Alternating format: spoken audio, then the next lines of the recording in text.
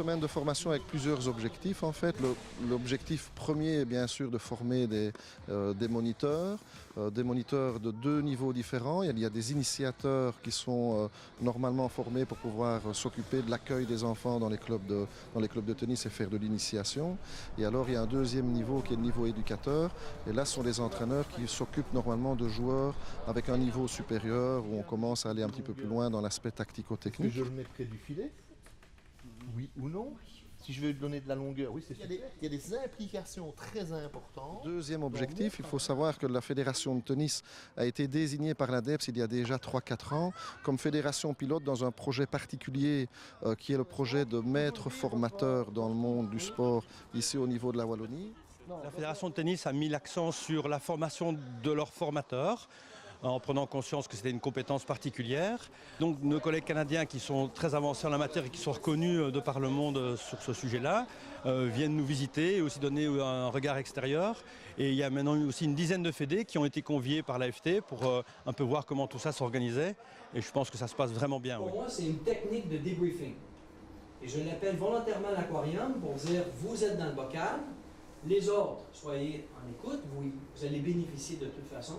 Et on peut cibler, et on s'imagine qu'avec vos candidats, je suis, dans mon rôle quotidien, vice-président service de performance à l'Institut national des sports à Montréal, qui est un peu l'équivalent de l'INSEP à Paris. Au fond, je suis responsable d'accompagner les fédérations sportives dans la préparation de leurs entraîneurs. La place à l'un ou à l'autre à n'importe quel moment, et donc on n'a pas l'impression d'avoir regardé un terrain où il y a un des candidats qui ne se sentait pas concerné. Pour moi, la Belgique est un endroit où on a toujours bien su comment développer les joueurs de tennis et où on a une expertise technique reconnue. Et donc d'avoir, pour moi, c'est un privilège de venir travailler avec la Fédération de tennis belge et également les autres fédérations parce qu'il y avait 8 autres fédérations cette semaine qui sont avec nous pour observer et peut-être dans le futur répéter.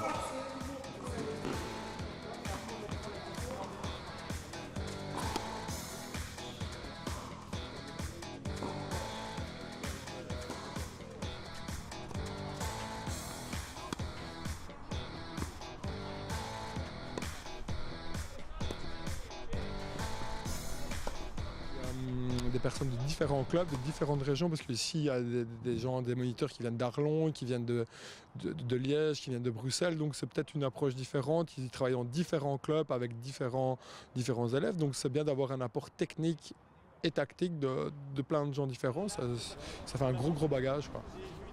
Je pense que les élèves doivent être un petit peu ici comme une éponge et absorber tout ce qu'ils peuvent avoir. C'est très intéressant pour eux. On a intérêt surtout à avoir un discours adapté, mais surtout à garder de l'intensité.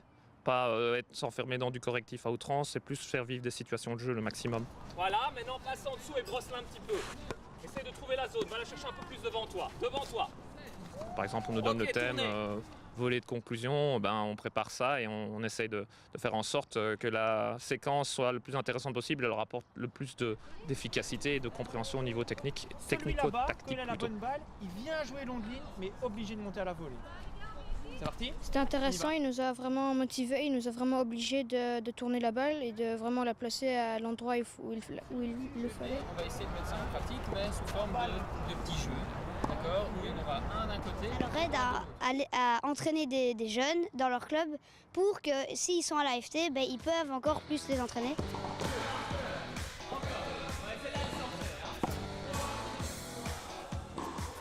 On souhaite que les candidats qui se présentent aux formations ne soient pas passifs dans leur apprentissage. Ils aient la chance de se lever, d'avoir des jeunes autour de eux et de les entraîner.